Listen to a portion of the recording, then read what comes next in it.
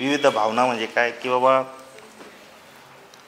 त्याला भय वाटतं, त्याला क्रोध येतो, त्याला राग येतो, त्याच्यामध्ये लोभ दडलेला आहे काजल, त्यामध्ये प्रेम पण आहे, आनंद पण आहे, दुःख पण आहे, कारुण्य आहे, शोक आहे, त्यानंतर हास्य आहे, रती आहे, यासारखे विविध मानवामध्ये आढळणारे तुम्हाला स्थायी भाव दिसतात. बरोबर की नाही? मानवाचं जीवनच हे भावामध्ये. माणूस हा भावनिक आहे. काय आहे? भावनिक. तसंच माणूस हा सामाजिक प्राणी. जर मानवाचा विकास जर झाला नसता तर माणूससुद्धा इतर प्राण्यांप्रमाणे कुठंतरी जंगलात असतात. लक्षात घ्या. आता मी पहिलेही सांगितलं तुम्हाला की आपल्याला भाषा आहे, आपल्याला बोलता येतं किंवा आपण आपली भाषा लिखित स्वरूपात मांडली, त्यामुळे कदाचित मानवाचा विकास झाला. आणि हा विकास होत असताना मानव हा भावनाशील झाला किंवा त्यामध्ये भावना आहे. काय आहे? भावना आहे त्याला, किंवा एकमेकाच्या इमोशन्स कळतात. आपली भाषा जी होती, आपण पाठीमागं बघितलं की आपल्या भाषेमध्ये आपण शक्ती बघितल्या. काय बघितल्या? शक्ती. शक्ती किती प्रकारचे आहे? 3 प्रकारचे. तसंच आपण ज्यावेळेस आपण लिखाण करतो, आपण भाषा वाचतो, लक्षात, त्यावेळेस त्या त्या कवितातनं, त्या लिखाणातून वेगवेगळे रस निर्माण होत असतात. काय होतात? रस. आता रस म्हणजे काय की ज्यावेळेस तुम्ही एखादं काव्य वाचता, एखादी कविता वाचता, त्या कवितेमधून जे भाव निर्माण होतात किंवा जे भाव आपल्याला अनुभवायला भेटतात, त्याला आपण काय म्हणतो? रस म्हणतो. काय म्हणतो? रस. आता बरेच लोक रस म्हणल्यावर वेगळंच काहीतरी प्रकार समजले असतील. बरोबर की नाही? आमरस, सोमरस. काय? सोमरस. सोमरस म्हणजे काय? दारू. अच्छा, लक्षात. काही काहीला वेगवेगळे रस आठवले असतील. ठीक आहे. पण या ठिकाणी भाषेमध्ये आपण जर बघायला गेलो तर 9 प्रकारचे रस आहे. किती प्रकारचे? 9. आणि इतरही काही रस आहे, जसे भक्ती आहे, वात्सल्य आहे, त्यानंतर प्रसाद आहे, माधुर्य आहे, ओझ आहे, अशी इतर रस आहे. परंतु जर आपण जर बघितलं तर भाषेमध्ये मुख्य 9 रस आहे. त्यामध्ये पहिला रस येतो शृंगार रस, वीररस, करुण रस, हास्यरस, रौद्ररस, भयानक रस, बिभत्स रस, अद्भुत रस आणि शांत रस. असे 9 प्रकारचे 9 रस भाषेमध्ये आहे. लक्षात. याही व्यतिरिक्त आणखीन भाषेमध्ये रस आहे. खूप सोपं प्रकरण आहे, पण एका मार्कासाठी तुम्हाला परीक्षेत येऊ शकतं. एक प्रश्न याच्यावरती येऊ शकतो. सगळ्यात महत्त्वाचं म्हणजे काय, मी पुन्हा एकदा सांगतो, मानव हा विविध भावनांनी असा युक्त प्राणी आहे, ज्यामध्ये भय असतं, क्रोध असतं, राग असतो, लोभ असतो, प्रेम असतं, आनंद, दुःख, कारुण्य, शोक, हास्य, रती, असे जे विविध मानवामध्ये आढळणारे जे भाव आहे किंवा स्थायी भाव आहे, याच्यातूनच रस निर्माण होतात. काय होतात? रस निर्माण होतात. लक्षातच मी काय म्हणतोय, जसं की जर समजा एखादं लिखाण आपण क्रोधात्मक लिहिलेलं आहे, त्यामधून कोणता रस होईल? क्रोधरस. एक गाणं आहे बघा, किंवा आपण थोडक्यात असं म्हणू, मराठीमध्ये एक देशभक्तीवर गाणं त्या ठिकाणी आपण लहानपणी ऐकलेलं आहे, माणुसकीच्या शत्रू संगे युद्ध आमचे सुरू, जिंकू किंवा मरू. लक्षात. एक क्रोध तयार होतो, किंवा थोडक्यात मी असं म्हणाल की त्यातून देशभक्तीसुद्धा दाखवलेली आहे. आपण ज्यावेळेस लिखाण वाचतो तर त्या प्रत्येक लिखाणातून कुठंतरी कधी प्रेमरस तयार होतो, कधी करुणारस तयार होतो, कधी त्यातून दुःख दर्शवलं जातं, कधी कारुण्य असतं, कधी हास्य असतं, तर कधी रती असते. मग भाषेमध्ये किती प्रकारचे रस आहेत? 9. आता हे प्रमुख रस आहे. किती रस आहे? प्रमुख. आणि किती आहेत? 9 आहे. तर सगळ्यात पहिले आपल्याला शृंगार रस बघायचा आहे. काय? शृंगार रस. शृंगार रस. आता तुम्ही सगळे मॅच्युअर आहात, लक्षात. तुम्ही सगळे 18 वर्षाच्या पुढचे आहात. कोणी 21 वर्षाचं आहे, कोणी 22 वर्षाचं आहे. व्याख्या देत असताना बघा, शृंगार रसाची व्याख्या काय आहे की स्त्री पुरुषांना एकमेकांबद्दल वाटणाऱ्या प्रेमातून, आकर्षणातून या रसाची निर्मिती होते. या रसाचे उत्तान, सात्विक, विप्रुलभ, शृंगार रस असे 3 प्रकार पडतात. किती प्रकार पडतात? 3. पहिला प्रकार कुठला? उत्तान. दुसरा काय? सात्विक. आणि तिसरा कोणता? विप्रुलभ. ठीक आहे. असे या शृंगार रसाचे 3 प्रकार. आणि उद्या तुम्हाला जर प्रश्न जर कदाचित विचारला तर या ठिकाणी आपल्याला व्याख्या काय सांगता येईल की स्त्री पुरुषांना एकमेकांबद्दल वाटणाऱ्या प्रेमातून कोणत्या रसाची निर्मिती होती? शृंगार रसांची. कोणत्या? शृंगार रसांची. जरा आपल्याला विचित्र वाटतं हा रस, परंतु ज्यावेळेस तुम्ही साहित्याचा अभ्यास करता, प्रेमावरल्या कविता वाचता, लक्षात, प्रियकर आणि प्रेयसी यांच्यामधल्या ज्या कविता असतात, त्या कविता जवळपास सगळ्या कशामध्ये असतात? शृंगार रसामध्ये असतात. तुम्ही हिंदी चित्रपटातले गाणे बघता, प्रेमगीतं जेवढी असतात ती सर्व प्रेमगीतं कशामध्ये असतात? शृंगार रसामध्ये असतात. या ठिकाणी हसण्यासारखं काही नाही. ते हसण्यासारखं आहे का? आता व्याख्यात काय दिलं आहे? स्त्री आणि पुरुष यांना एकमेकांबद्दल वाटणाऱ्या प्रेमातून, आकर्षणातून कोणत्या रसाची निर्मिती होते? शृंगार रसाची. आलं लक्षात? मग त्यात आपण असं म्हणू की प्रेमगीतं जेवढी आहेत ही सर्व कशामध्ये? शृंगार रसातून. खाली उदाहरणं पण दिलेली आहेत बघा. सहज सख्या एकदाच येई सांजवेळी हे एक उदाहरण आहे. आलं लक्षात? आणि साहजिकच आहे, तुम्हाला माहिती हिंदी चित्रपटामध्ये आपण जेही गाणी ऐकतो, काय जेही गाणी बघतो ऐकतो, यामध्ये सरळ सरळ जे प्रेमगीतं आहेत ती सर्व प्रेमगीतं ही शृंगार रसावर आधारित आहे. कशावर आधारित आहे? शृंगार रसावर. साहित्याचा ज्याचा अभ्यास आहे त्याला ही साहित्यिक भाषा कळेल, ज्याचा साहित्याचा अभ्यास नाही त्याला ही साहित्यिक भाषा नाही कळणार. शृंगार रस काय असतो तो. लक्षात? कुठलंही गाणं घ्या तुम्ही, काय कुठलंही. आता एक जुनं गाणं आहे, ये चांद सा रोशन चेहरा जुल्फों का रंग सुनहरा तारीफ करू क्या उसकी, असं एक गाणं आहे. असं काहीतरी गाणं आहे ते जुनं. लक्षात? आपल्या ह्या शृंगार रसाची व्याख्याच काय आहे? स्त्री आणि पुरुष यांच्या किंवा स्त्री आणि पुरुषांना एकमेकांबद्दल वाटणाऱ्या प्रेमातून किंवा आपण काय म्हणू आकर्षणातून या रसाची निर्मिती होती. दुसरं उदाहरण बघा, एक गाणं आहे, एक लावणी आहे आपल्या मराठीमध्ये, तुम्हावर केली मी मर्जी बहाल नका सोडून जाऊ रंगमहाल. ही एक लावणी आहे बघा चित्रपटातली, तुम्ही कदाचित ऐकली असेल. आणि त्या चित्रपटातली ती जी लावणी आहे ही लावणीसुद्धा कोणत्या रसामध्ये? शृंगार रसामध्ये. आणखीन एक बघा, एक उदाहरण आणखीन दिलेलं आहे बघा. डोळे हे जुलमीगडे रोखुनी मज पाहू नका. डोळे हे जुलमीगडे रोखुनी मज पाहू नका. व्याख्यातच दिलेले आहे, स्त्री आणि पुरुष एकमेकांबद्दल वाटणाऱ्या प्रेमातून किंवा आकर्षणातून ह्या रसाची निर्मिती होती. तो रस कोणता? शृंगार रस. मग शृंगार रस कळाला. आता आपण वळतोय दुसऱ्या प्रकारावरती. दुसरा प्रकार कुठला आहे? वीर रस. कुठला? वीर रस. वीर रस शब्दातूनच प्रतीत होतं. पराक्रम, शौर्य, धीरोदात्त. काय सांगितलं मी?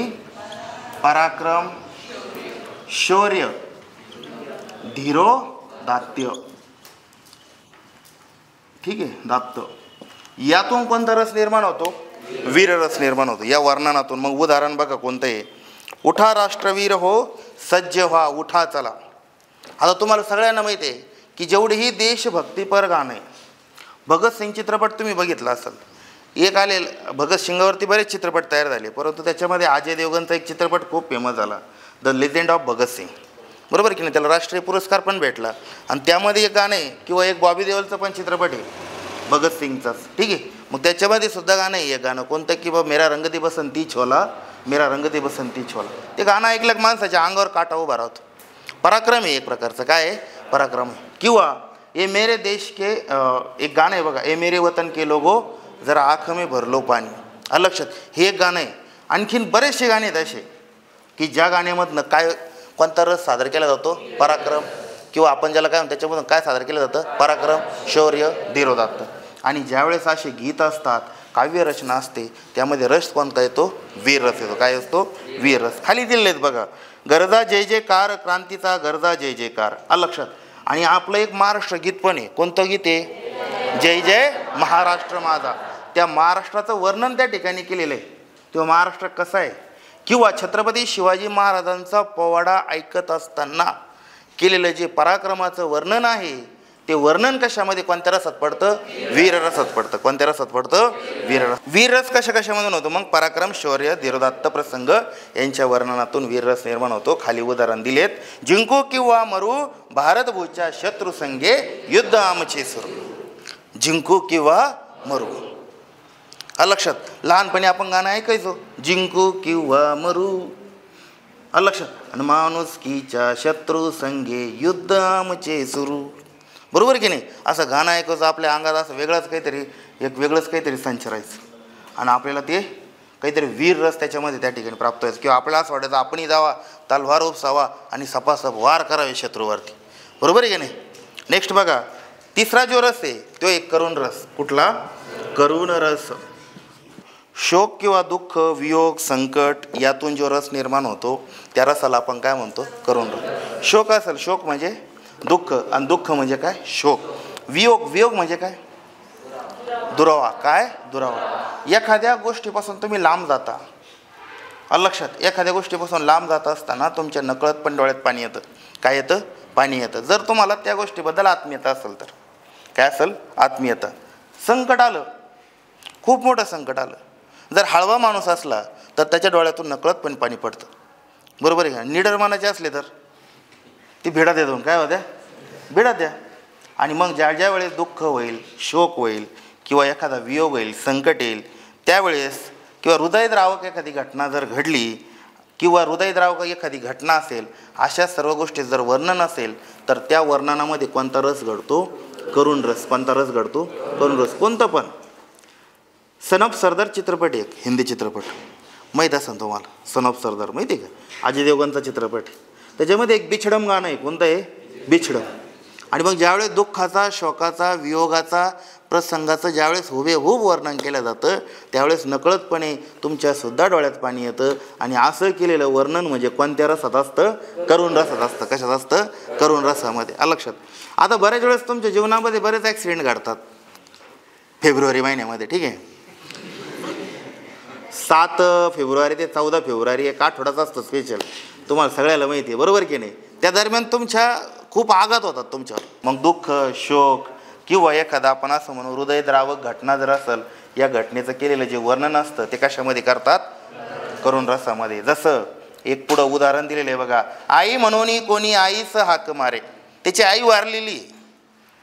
आई म्हणून कोणी आईस हाक मारे. त्याची आई वारल्यानंतर त्याला असं ऐकायला येतंय का कोणीतरी आईला हाक मारते. काय? आईला हाक मारते. पुन्हा एक दिलेलं आहे बघा, एक उदाहरण आपल्याला आहे. मला ते दगड धोंड्यातून चालवीत नेत होते, पण माझ्यात कणण्याचीही ताकद नव्हती. हृदयद्रावक घटना त्या ठिकाणी वर्णन केलेलं आहे. दुःखाची घटना त्या ठिकाणी वर्णन केलेलं आहे. हे कोण बोलले बोला, राजहंस माझा निजला. हे एक उदाहरण दिलेलं आहे. आबा हे प्रसंग कसा आहे बघा. एक लहान मूल वारलेलं आहे आणि कोणीतरी बोललंय की आता तो उठणार नाही बाबा, तू त्याजवळ रडू नको. आता ज्यावेळेस एखादा व्यक्ती एक्सपायर होतो, एखादं कोणीतरी एक्सपायर झालं, त्याच्या शेजारी जाऊन कोणीतरी रडत असतं, हे बाळा उठणार रे, का झोपला रे, अरे पळणार रे, अरे बोलणार रे. लक्षात घ्या. मी काय तो प्रसंग आहे तो. हे कोण बोलले बोलला की राजहंस माझा निजला. तिला कोणीतरी सांगतं त्या आईला की बाळा तुझं हे बाळा आता उठणार नाही, हे पळणार नाही. लक्षात. ते करुण रस आहे त्या ठिकाणी. दुःखाचं वर्णन केलेलं आहे. लक्षात आहे मी काय म्हणतो? या गोष्टीचं वर्णन म्हणजे काय? दुःखाचं, शोकाचं आणि हृदयद्रावक घटनेचं वर्णन म्हणजे कोणतं? तर करुण रस. चौथा रस आपल्याला या ठिकाणी बघायचा आहे. तो चौथा रस म्हणजे काय? हास्य रस. कुठला? हास्य रस. आता साहजिकच आहे करुण रसामधून दुःख, शोक, हृदयद्रावक घटनेचं वर्णन होत होतं. आता हास्यरसातून काय होणार आहे? त्या ठिकाणी लगेच लक्षात येईल. विसंगती, असंबंध भाषण, विडंबन, चेष्टा यासारखे वर्णन ज्या ठिकाणी तुम्हाला दिसल त्या सर्व वर्णनातून कोणता रस निर्माण होतो? हास्यरस होतो. उदाहरण पण दिलेलं आहे बघा. परटा येशील कधी परतून. किंवा एक उदाहरण दिलेलं आहे बघा. परीक्षेच्या वेळी बाक मोडका असू शकतो, म्हणून घरच्या खुर्चीला पाय थोडा कापून अशा डगडगत्या खुर्चीवर तिला बसून आम्ही आठवडाभर पेपर सोडवायला लावला.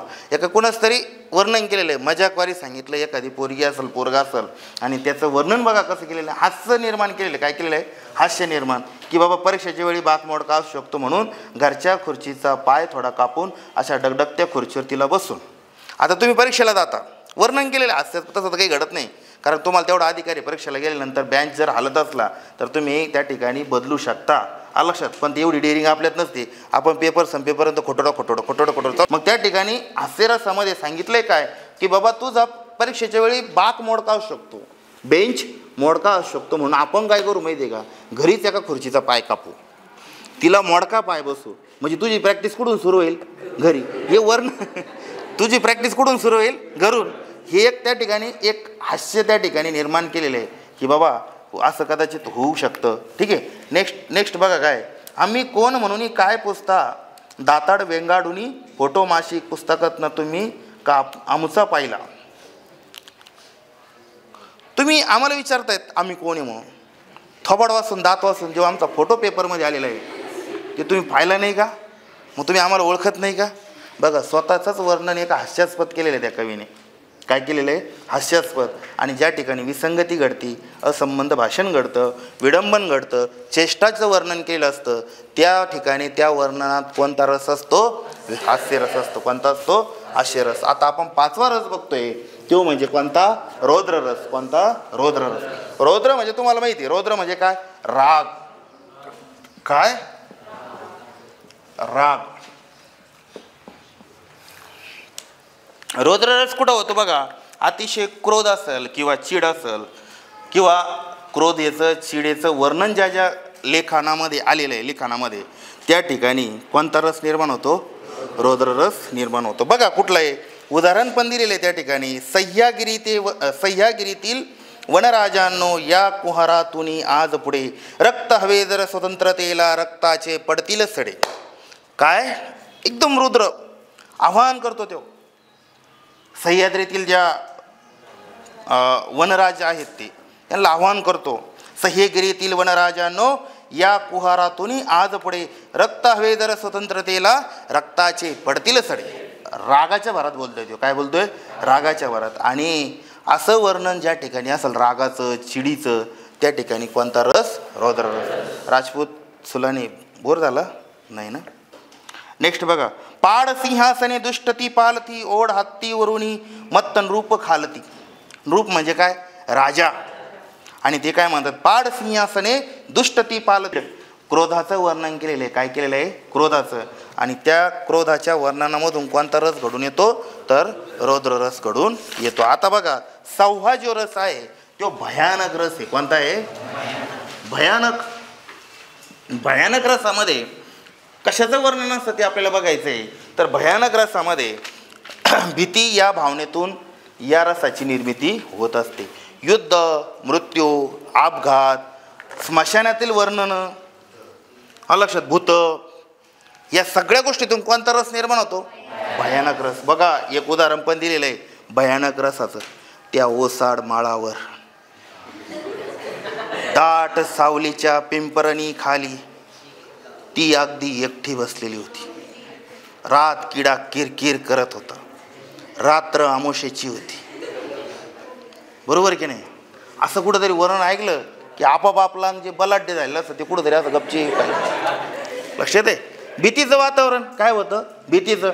आणि नेमकं काय असतं माहिती आहे का, भीतीचं वर्णन ज्यावेळेस एखादा सांगत असतो त्यावेळेस आपल्याला ती इतकं आवडतं, आपण 100% कॉन्सन्ट्रेट करतो. 100%. एखादी भूताची मालिका असू द्या, एखादा भूताचा चित्रपट असू द्या, लक्षात, तो बघण्यासाठी आपण 100% तन आणि मन. तन म्हणजे शरीर आणि मन म्हणजे तुम्हाला माहिती आहे हृदय, जे खाली आहे गुडघ्यात. ठीक आहे, कुठं आहे ते, गुडघ्यात आहे. का छातीच्या पिंजऱ्यात आहे, छातीच्या पिंजऱ्यात. बरोबर की. काही काही सटकला असं खाली. ठीक आहे, खालीवर झाला असं, काही किडनीवर आले असं, हृदय खाली गेलं असं. ठीक आहे. तर मग आपण पूर्ण तन आणि मन, धनाने पण तन आणि मनाने आपण ते पूर्ण सीन आठवतो आणि बघतो, ऐकतो किंवा कॉन्सन्ट्रेट करतो. आणि नेमकं आपण जर एखाद्या दिवशी रात्री बेरात्री कुठं पांदिना चाललो, आपल्याला ते 100% आठवतं, सगळ्याला आठवतं ते. आणि मग कोणता रस निर्माण होतो, भयानक रस निर्माण होतो. एक स्मशानातील वर्णन बघा. आता प्रत्येकाच्या गावाला खेटून एक स्मशानभूमी असते. काय असते, स्मशानभूमी. पूर्वी आपले जुने जी लोक होती, जुने म्हणा किंवा थोडेफार, आता बी लहान पोरांना भीती दाखवण्यासाठी आपण काहीतरी बोकडी बुवा म्हणत राहतो. काय म्हणत राहतो, बोकडी बुवा. ठीक आहे.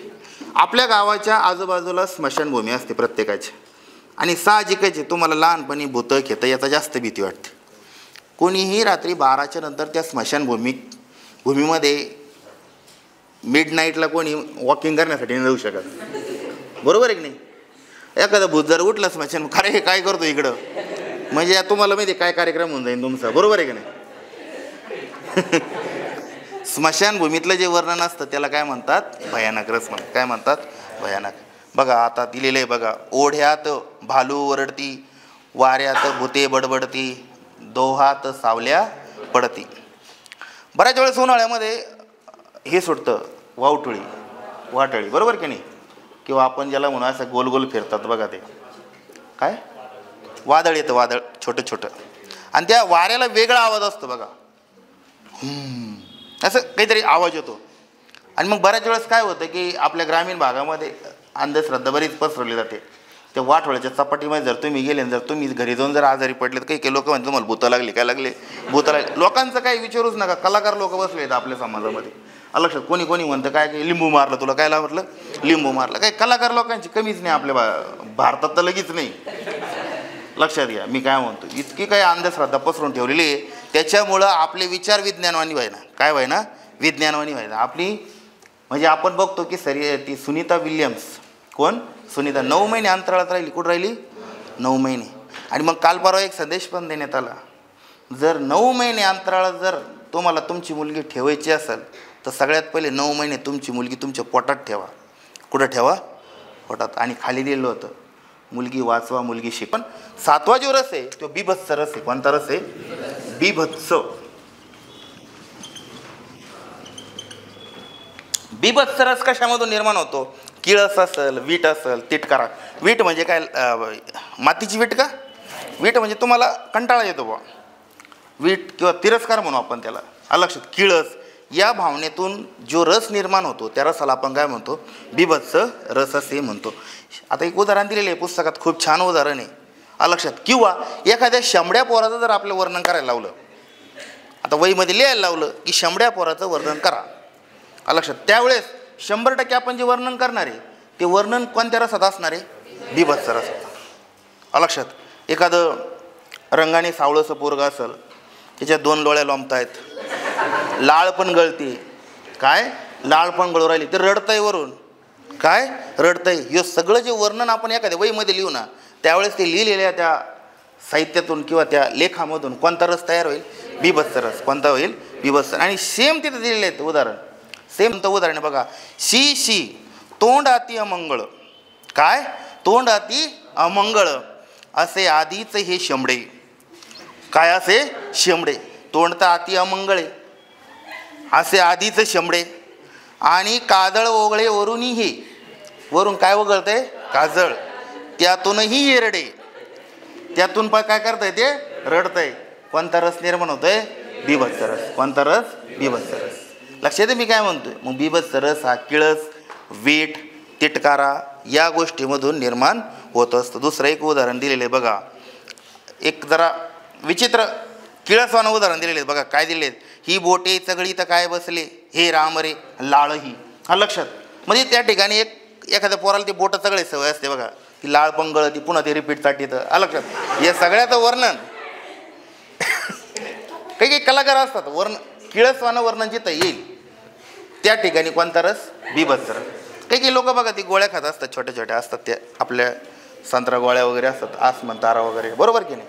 अशा गोळ्या जर असल्या तर त्या काय करतात, पुन्हा आपण त्या ठिकाणी ते प्रयत्न करतात, तर त्या ठिकाणी कोणता रस तयार होतो, बीभत्स रस. ठीक आहे. आता आपण 8वा रस जो बघतोय तो म्हणजे अद्भुत रस. कोणता, अद्भुत. कळाला का, बीभत्स रस. भयानक, रौद्र. भयानक रस म्हटलं का स्मशानभूमी, रौद्र रस म्हटलं की काहीतरी अशी पेटवणारी गाणी, बरोबर आहे की नाही. बीभत्स म्हटलं शेंबडं पोरग, कोणतं, शेंबडं पोरग. आणि अद्भुत म्हटलं की आता आपल्याला बघायचं आहे, विस्मय हा अद्भुत रसाचा स्थायी भाव असून परिकथा, अरेबियन नाईट्स, राक्षसांच्या गोष्टी या सगळ्या कशामध्ये येतात, तर अद्भुत रसात. लक्षात, परिकथा असतात. सगळ्याला तुम्हाला अद्भुत रसामधल्या गोष्टी खूप आवडतात. लहानपणी असताना तुम्ही बघा, काहीतरी अलीबाबा आणि 40 चोर अशा कथा आहेत बघा, किंवा एक सोनपरी नावाची मालिका होती, परीच्या कथा, किंवा अरेबियन नाईट्सच्या गोष्टी असतात बघा, बरोबर की नाही. ह्या सगळ्या गोष्टी तुम्हाला आवडतात. काल्पनिक असतात त्या, काय असतात, काल्पनिक. आणि आपण लहान असतो, अद्भुत गोष्टी त्या, काय अद्भुत. आता कधी कधी हे गाणं होतं बघा, आपण असेल सुंदर त्यो चॉकलेटचा बांगला. शक्य घ्या गोष्टी, पण तुम्हाला लाडीगुडी लावायचं, काहीतरी नादी लावायचं, good good good good good good, मग काहीतरी असं लिखाण केलं असतं. लक्षात, मग तिकडून खूप महाभयानक राक्षस आला, मग इकून मी गेलो, मी भिशूम मारली. काय मारली, भिशूम मारली. अद्भुत रस, काय अद्भुत रस. उदाहरण पण दिलेले आहेत बघा, विस्मय हा अद्भुत रसाचा स्थायी भाव असून परिकथा, अरेबियन नाईट्स, राक्षसांच्या गोष्टी यामध्ये अद्भुत रस आपल्याला आढळतो. उदाहरण दिलेलं आहे बघा, असावा सुंदर चॉकलेटचा बांगला, चॉकलेटच्या बांगल्याला टॉफीचं दार, पेपरमिंटच्या अंगणात फूल लाल लाल. पेपरमिंट खाण्याचं आलं लक्षात. त्यानंतर टॉफी माहिती तुम्हाला, तो काय म्हणतोय बघा, असावा सुंदर चॉकलेटचा बांगला आणि चॉकलेटच्या बांगल्याला टॉफीचं दार. मला एक सांगा, असा जर बांगला असला तर कोणी राहीन का त्याच्यात? तो कामधंदाच करणार नाही, दररोज एक बीत काही. अद्भुत अशा पराक्रमी आलं लक्षात, ज्या गोष्टी विश्वास बसणार नाही त्या गोष्टी याच्यामध्ये समजून सांगितल्या जात्या. आणि हे शक्यतो लहान वयाची जी मुलं असतात त्यांच्यासाठी त्या ठिकाणी ही काव्यरचना केली जाते. नेक्स्ट बघा, 9वा जो आपला रस आहे तो शांत रस आहे. कोणता आहे? शांत रस. आणि हा रस आपल्याला कुठं दिसत नाही, तुमच्यात दिसतो का? नाही. लक्षात, शांत रसात काय असतं? परमेश्वर विषयक भक्ती असेल, सतपुरुषांची संगती असेल, पवित्र वातावरणाचं जर वर्णन असेल तर त्या ठिकाणी कोणता रस आढळतो? शांत रस. कोणता? शांत रस. तुम्ही प्रार्थना म्हणतात, हरिपाठ म्हणतात, आरती म्हणतात, पसायदान म्हणतात, लक्षात, त्या सर्व लेखनामधून किंवा त्या साहित्यातून कोणता रस प्रकट होतो? शांत रस. कोणता? मंदिरात गेले तुम्ही, मंदिरात तुम्ही म्हणतात, आता शंकराच्या मंदिरात गेलेत, आता छावा चित्रपटामुळे एक घोषणा खूप त्याच्या पहिले बी फेमस झाली. लहानपणापासून आपण आपल्या भागामध्ये बघतो, संताची भूमी आपली एक घोषणा आहे हर हर महादेवची, ओम नमः पार्वते पते हर हर महादेव. हे लहानपणापासून आहे. तो पण त्या ठिकाणी ज्यावेळेस आता जल्लोष केला जातो, एखाद्या युद्धाला निघालो आपण, ओम नमः पार्वते पते हर हर महादेव. कोणता रस? रस. आणि प्रार्थना करतोय आपण, बरोबर की नाही? प्रार्थना करतोय किंवा आपण असं म्हणतो परमेश्वर विषयक भक्ती करतोय, सुंदर ते ध्यान उभे विटेवरी, बरोबर की नाही? असं म्हणता क्षणी आपल्याला शांत वाटत असं. एकदम असं मंदिरात गेल्यानंतर बघा, विधी आरती जर चालू असेल, सगळं मन कॉन्सन्ट्रेट होतं. आता काहीच नसेल होत गुले, तो भाग वेगळा, हा लक्षात. पण मंदिरात गेल्यानंतर मला तर असं वैयक्तिक वाटतं की आपण एकदम शांत होतो, आपलं मन स्थिर होतं. काय होतं? स्थिर. मंदिर म्हणजे ऊर्जेचं केंद्र आहे. काय आहे? ऊर्जेचं केंद्र आहे. म्हणून मंदिरात आपल्याला जायचं आहे. लक्षात मी काय म्हणतोय? नाही तर मग मंदिरात जायचं आणि देवालाच खरेदी करायचं असं नाही झालं. देवा मला पास कर, मी एक नारळ वाढीन. हां, देव कोणाच्या मागे आहे? जो कष्ट करतो त्याच्या. मंदिरात फक्त आपल्याला एनर्जी मिळवण्यासाठी, देवाची भक्ती करण्यासाठी जायचे. लक्षात मी काय म्हणतोय? नाही तर मग मनी नाही भाव, देवा मला पाव, बरोबर की नाही? अशी ही गत होते. असो, आपलं विषयांतर झालं. परंतु या ठिकाणी शांतरसामध्ये परमेश्वरविषयक जी भक्ती असते, सतपुरुषांची संगती असते, पवित्र वातावरणाचं जे वर्णन असतं, हे सगळं वर्णन कशामध्ये येतं? शांतरसामध्ये. उदाहरण पण हे दिलेलं आहे खाली बघा, जो वरती हे जीर्ण झोपडे आपले देवाने नाही पडले, तो वरती तो झोप घेत जा बाळा, काळजी पुढे देवाला. देवासाठी वर्णन केलेलं आहे. त्या पोराला समजून सांगतायत ते. आनंद न माय गगनी, वैष्णव नाचती रिंगणी. तुम्ही आषाढी कार्तिकी एकादशी धरतात, सगळे धरतात म्हणजे उपवास पकडतात, बरोबर की नाही? आणि त्या ठिकाणी आषाढीला कार्तिकेला पंढरपूरला दिंड्या जातात, बरोबर की नाही? आणि मग त्या ठिकाणचं वर्णन, आनंद न माये गगनी, वैष्णव नाचती रिंगणी. वैष्णव पंथ. काय? वैष्णव पंथ. त्या ठिकाणी बघा, ते एवढे आनंदी असतात वारकरी, वर्णन दिलेलं आहे. त्या ठिकाणी ते वारकरी सगळं विसरून जातात, आपलं घर दार संसार बिंसार सगळं विसरतात आणि एकदम मग्न होऊन त्या ठिकाणी त्या भजनात रंगतात. लक्षात द्या, कधीतरी गेलो ना आपण, आपल्याला नाही टाळ वाजवता येत, नाही पकवाज वाजवता येत, पण ॲटलिस्ट टाळी वाजवता येते आपल्याला. काय वाजवता येते? टाळी. ते खूप महत्त्वाचं आहे. काहीतरी कीर्तनात जाऊन बसा, जास्त वेळ नका बसू, पण 1 तासभर बसा, अर्धा तास बसा, तुमच्या 100% तुम्हाला शांतता भेटलेली असेल. आपण जरा आदर करावा या ठिकाणी ह्या विद्या मंदिराचा, ठीक आहे? या ठिकाणी आणखीन आता हे झाले 9 रस, पण इतरही काही रस आहे. इतर रसामध्ये पुन्हा जो पहिला रस पडतो तो म्हणजे भक्तिरस. कुठला? भक्तिरस. आता भक्तिरस कसा येतो बघा, ईश्वराच्या भक्तीतून ह्या रसाची निर्मिती होते. आता भक्तिरस तुम्हाला काही सांगायची गरज नाही, बरोबर की नाही? इतनी शक्ती हमें देना दाता, मन का विश्वास कमजोर होणार. देवाची तुम्ही प्रार्थना करतायत, कोणता रस निर्माण होणार? भक्तिरस. उद्या एखादं उदाहरण तुम्हाला परीक्षेमध्ये देवावर आधारित आलं, प्रार्थना आली, देवाला तर विनंती नाही करत आपण, देवाला प्रार्थनाच करतो. काय करतो? प्रार्थना. आणि किंवा देवाबरोबरचा संवाद आला, देवाकडे तुम्ही काही मागणी करतायत, त्यावेळेस कुठला रस निर्माण होतोय? भक्तिरस. नेक्स्ट बघा, दुसरा जो रस आहे तो म्हणजे वात्सल्य. कोणता रस? वात्सल्य रस. वात्सल्य रस कुठून, कोणत्या रचनेतून तयार होतो बघा? कौटुंबिक जिव्हाळा, प्रेम यातून वात्सल्य रसाचा निर्देश होतो किंवा निर्मिती होते. कौटुंबिक जिव्हाळा, प्रेम. आता प्रेम म्हणजे ते प्रेम का? नाही, प्रेमाचे पण अनेक प्रकार आहेत. तुमच्या वडिलाचं प्रेम तुमच्यावर असू शकतं, आईचं असू शकतं, भावाचं असू शकतं, बहिणीचं असू शकतं, तुमच्या मित्राचं मैत्रिणीचं प्रेम तुमच्यावर असू शकतं. जिव्हाळा आपण म्हणतो. काय म्हणतो? जिव्हाळा. एक तुम्हाला वेगळंच प्रेम दिसतं, प्रेमाची व्याख्याच तुम्ही बदलून टाकलेली. एकच प्रेम आपल्याला दिसतं, त्याच्या पलीकडचं प्रेमच दिसत नाही. तुम्ही दोघं मित्र आहात आणि एका मित्राचा दुसऱ्या मित्रावरती एक जिव्हाळा असतो. काय असतो? जिव्हाळा असतो. तेव्हा जर काही प्रॉब्लेममध्ये असेल, काही संकटात असेल, तर दुसरा मित्र धावून जाणे, त्याला मदतीला जाणे, यालाच काय म्हटलं जातं? जिव्हाळा म्हटलं. काय म्हटलं जातो? जिव्हाळा. एखादी मैत्रीण पडते बाबा.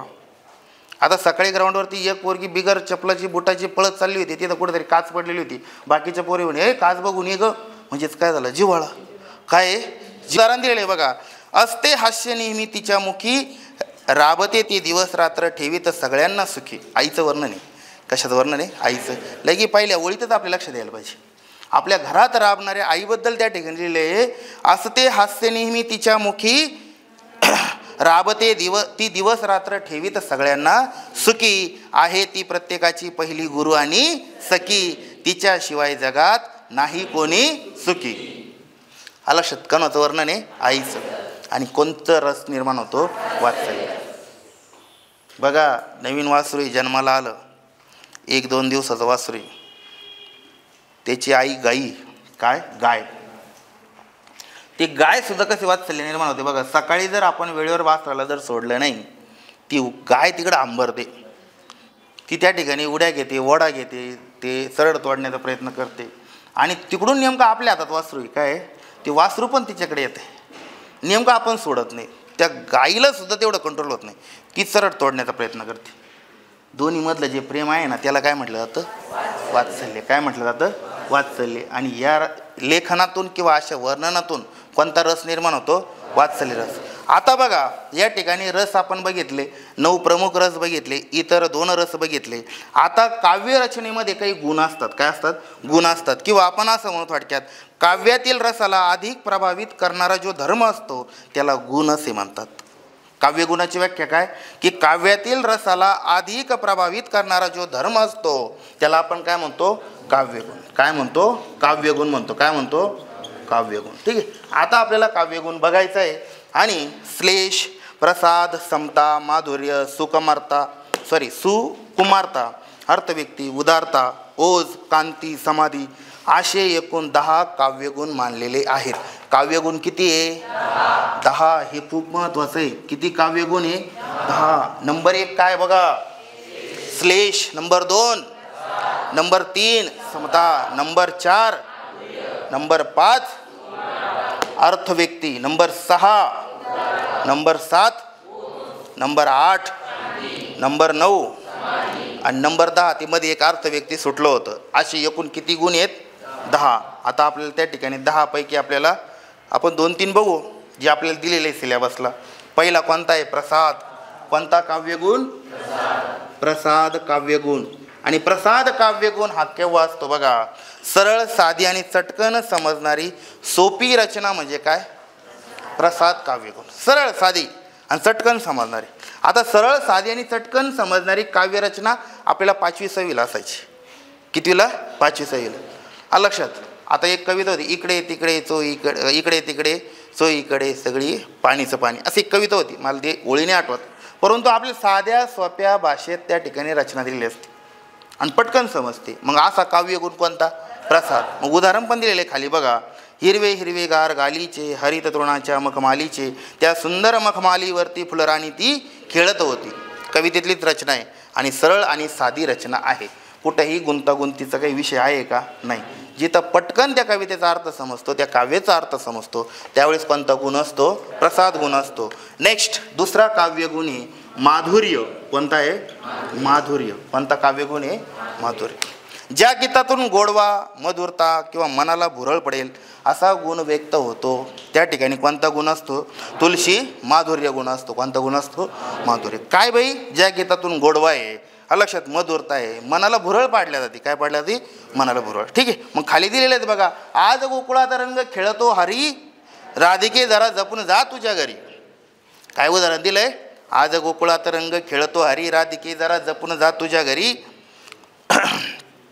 तो चटोर चितचोर वाट रोखतो, हात ओढणी कुशाला रंग टाकतो. रंगून रंगुनी गुलाल टाकतो, सांगते अजूनही तुला परोपरी. आज गोकुळाचा रंग खेळतो हरी, राधिके जरा जपून जा तुझ्या घरी. लक्षात, एकदम गोडवा, मधुरता. आपल्याला गवळणी ऐकत असताना गोडवा वाटतो. काय वाटतो? गोडवा, आनंद वाटतो आपल्याला. आणि त्यातल्या त्यात आपण थोडक्यात असं म्हणू की मनाला भुरळ पडते. काय पडते? मनाला भुरळ. नटरंग चित्रपट, त्याच्यामध्ये सुद्धा एक गवळण आलेली, बरोबर की नाही? तुम्हाला माहीत असेल, ते पोरीला जास्त मैदान पोरांपेक्षा. काय त्याची बोल माय लक्षात आहे ना, सांगता येईल कोणाला? गवळण म्हणू आपण थोडक्यात. काय म्हणू? गवळण. ती कशात असते? माधुर्य ह्या काव्यगुणामध्ये असते. तिसरा काव्यरस किंवा काव्यगुण कोणता आहे बघा? तो ओज. कोणता? ओज. आता टोटल 10 आहे, पण आपण किती बघतोय? 3, किंवा जे आपले सिलेबसला आहेत. या काव्यरसातून वीर, रौद्र, जोरकसपणा व्यक्त होत असतो. कडकडा फोड नभ, उडव उडू मक्षिका, खडखडवी दिग्गजा, तुडव रवी मालिक, मांड वादळ उदळगिरी जशी मृत्तिका, खवखवी चौकडे या समुद्रा. लक्षात मी काय म्हणतो? यामधनं कोणतं तयार झालं? ओज हा काव्यरस तयार झाला. किंवा वीर, किंवा रौद्र, किंवा जोरदारपणा. पवाडा बघा, काय पवाडा? पवाड्यामधून सुद्धा वीररस निर्माण होतो, रौद्ररस निर्माण होतो. लक्षात, ते सगळे कोणता काव्यगुण आहे? ओज. कोणता? काव्यगुण. आता या ठिकाणी आपलं जे रस प्रकरण आहे, या रस प्रकरणामध्ये आपण 9 मुख्य रस बघितले, 2 इतर रस बघितले, आणि 3 काय बघितले? काव्यगुण बघितले. असं या ठिकाणी हे आपलं प्रकरण संपलेलं आहे. ठीक आहे. बाकीचं जे आपलं जवळपास आता काही राहिलेलं नाही,